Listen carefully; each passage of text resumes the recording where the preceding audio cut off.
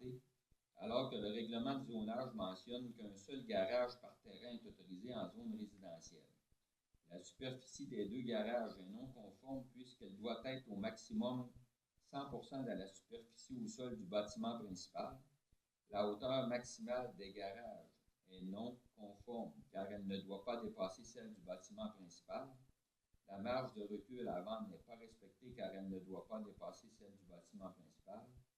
Autoriser certains matériaux qui sont conformes pour un usage agricole, dont la tôle galvanisée sur les toits de ces deux garages, ainsi que le revêtement extérieur, mais qui ne sont pas autorisés en zone résidentielle, selon l'article 4.20.3 du même règlement de zonage. Identification du site concerné, lot 5 174 103 Cadastre du Québec. Le comité consultatif d'urbanisme recommande au Conseil d'accepter la demande de dérogation mineure. Il est proposé par et secondé par et résolu unanimement que l'on accepte la demande de dérogation mineure pour la propriété du 1175 1er Avenue Ouest, afin d'autoriser la présence de deux garages sur la propriété, dont un est situé en marge avant. La superficie et la hauteur qui excèdent celle du bâtiment principal pour ces deux garages, puis l'utilisation de matériaux prohibés pour un usage résidentiel. La dérogation est accordée pour les bâtiments existants seulement si une démolition ou un incendie survient. La reconstruction devra se faire selon le règlement de zonage en vigueur. Proposé par Harold, secondé par Mme Jean. Programme d'aide financière aux infrastructures récréatives, sportives et de plein air, projet agrandissement de l'aréna. Il est proposé par et secondé par résolu unanimement que la municipalité de Saint-Côme-Linières autorise la présentation du projet d'agrandissement de l'aréna au ministère de l'Éducation dans le cadre du programme d'aide financière aux infrastructures récréatives, sportives et de plein air, que soit confirmé l'engagement de la municipalité de Saint-Côme-Linières à payer sa part des coûts admissibles au projet et à payer les coûts d'exploitation continue de ce dernier, à assumer tout dépassement de coûts générés par les travaux et à ne pas accorder de contrat relatif à des coûts directs avant l'obtention d'une lettre d'annonce de la ministre, que la municipalité de Saint-Côme-Linières désigne Mme Chantal Poulin, directrice générale greffière trésorière, comme personne autorisée à agir en son nom et à signer en son nom tous les documents relatifs au projet mentionné ci-dessus. TIC 2024 à 2028. Oh, excusez-moi. Proposé par Bianca, secondé par Kim. TIC 2024-2028, programmation numéro 4. Attendu que la municipalité a pris connaissance du guide relatif aux modalités de versement de la contribution gouvernementale dans le cadre du programme de la taxe sur l'essence et de la contribution du Québec, TIC, pour les années 2024 à 2028, la municipalité doit respecter les modalités de ce guide qui s'applique à elle pour recevoir la contribution gouvernementale qui lui a été confirmée dans une lettre de la ministre des Affaires municipales et de l'Habitation. Il est proposé par et secondé par résolu unanimement que la municipalité s'engage à respecter les modalités du guide qui s'applique à elle.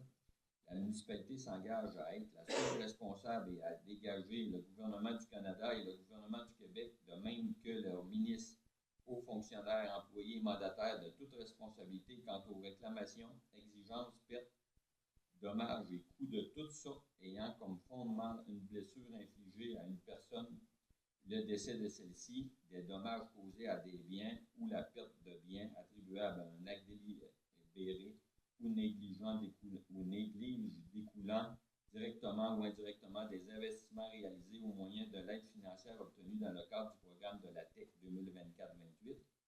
La municipalité approuve le contenu et autorise l'envoi au ministère des Affaires municipales et de l'Habitation de la programmation de travaux version numéro 4, ci-jointe et de tous les autres documents exigés par le ministère en vue de recevoir la contribution gouvernementale qui lui a été confirmée par une lettre de la ministre des Affaires municipales et de l'Habitation.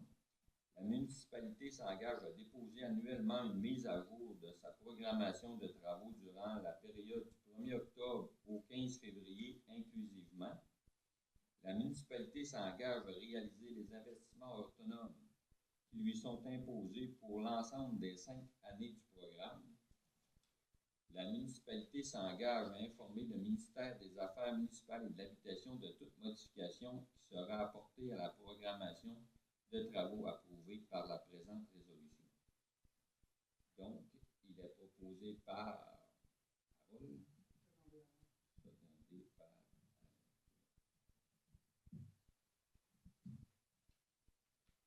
offre de service RJ Dutil, Ponceau 1209, route 173, dossier du non-accès. Il est proposé par et secondé par et résolu unanimement que l'on accepte l'offre de service de RJ Dutil pour les travaux de réfection du Ponceau situé au 1209, route 173, au coût de 16 798,91 plus taxes, et ce selon l'offre reçue en date du 28 mai 2026. Ces travaux sont réalisés en collaboration avec le MTQ dans le cadre du dossier du non-accès. Proposé par Pascal.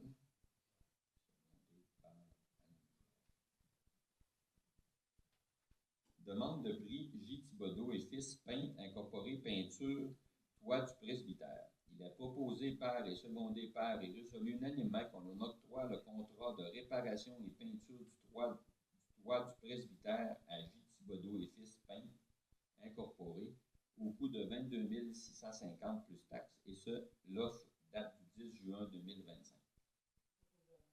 Alain Thibault, secondé par Pascal. Demande de prix Chemtrade sulfate ferrique. Il est proposé par, secondé par et résolu unanimement que l'on autorise l'achat de 25 000 kg de sulfate ferrique chez Chemtrade au coût de 57,7 $ du 100 kg plus taxes, selon l'offre datée du 26 mai 2026. Il est proposé par Kim, secondé par demande de prix équité salariale. Il est proposé par et secondé par et résolu unanimement que l'on octroie le mandat de maintien de l'équité salariale à Chorus Conseil Incorporé au coût de 3 750 plus taxes, et ce selon l'offre de service datée du 6 avril 2026. Proposé par Bianca, secondé par Comité de négociation convention collective. Il est proposé par, secondé par et résolu unanimement que l'on nomme Martin Rodrigue, maire, et Chantal Poulin, directrice générale, greffière trésorière, afin de représenter la municipalité lors des négociations de la convention collective se terminant le 31 décembre 2026. Proposé par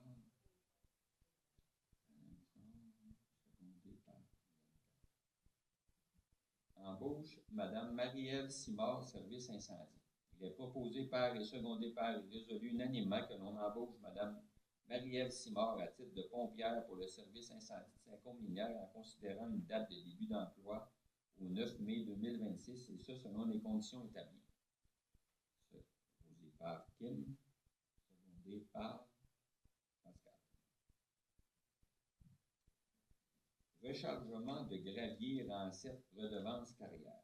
Attendu que l'on prévoit mettre environ 1050 tonnes de gravier dans le rang 7, ce qui représente un montant approximatif de 16 800 taxes incluses, attendu que le montant cumulé de 82 797,29 dans le compte revenu reporté carrière sablière numéro 55-163-00, attendu que cette réserve doit être utilisée pour l'entretien des chemins donnant accès aux carrières et sablières que le rang 7 fait partie de ceux-ci, il est proposé par et secondé par et résolu unanimement que l'on mette approximativement 1050 tonnes de gravier dans le rang 7 afin d'en faire l'entretien annuel et que le montant de cette dépense 16 800 taxes incluses soit pris dans le compte revenu reporté carrière sablière numéro 55-163-00.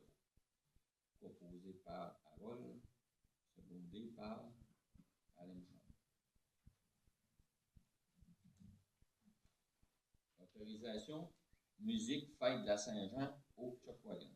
Attendu que le règlement numéro 587-2015 sur la paix et l'ordre, article 52, où il est mentionné qu'il est interdit de faire fonctionner un appareil radio ou tout appareil reproducteur ou amplificateur capteurs de son à l'extérieur entre 23h et 7h sans l'autorisation de la municipalité. Attendu que la fête de la Saint-Jean organisée au Chuckwagon au 1387 rang Jersey-Sud, mardi le 23 juin 2026, attendu que la demande faite par les organisateurs, en conséquence, il est proposé par et secondé par et résolu unanimement que la municipalité accorde une dérogation au règlement 587-2015 concernant le bruit qui pourrait être occasionné par la musique et les feux d'artifice lors de cet événement, et ce jusqu'à minuit 30 dans la nuit du 24 juin. Proposé par Kim, secondé par Pascal. Dépôt rapport du maire, effet saillant du rapport. Attendu qu'en vertu des dispositions de l'article 176.2.2 du Code municipal du Québec, le maire doit faire rapport aux citoyens des faits saillants du rapport financier et du rapport de l'auditeur indépendant. Attendu que ce rapport est déposé au Conseil et sera publié sur le site Internet de la municipalité. En conséquence, il est proposé par et secondé par résolu unanimement que le Conseil confirme le dépôt du rapport du maire et des faits saillants du rapport financier.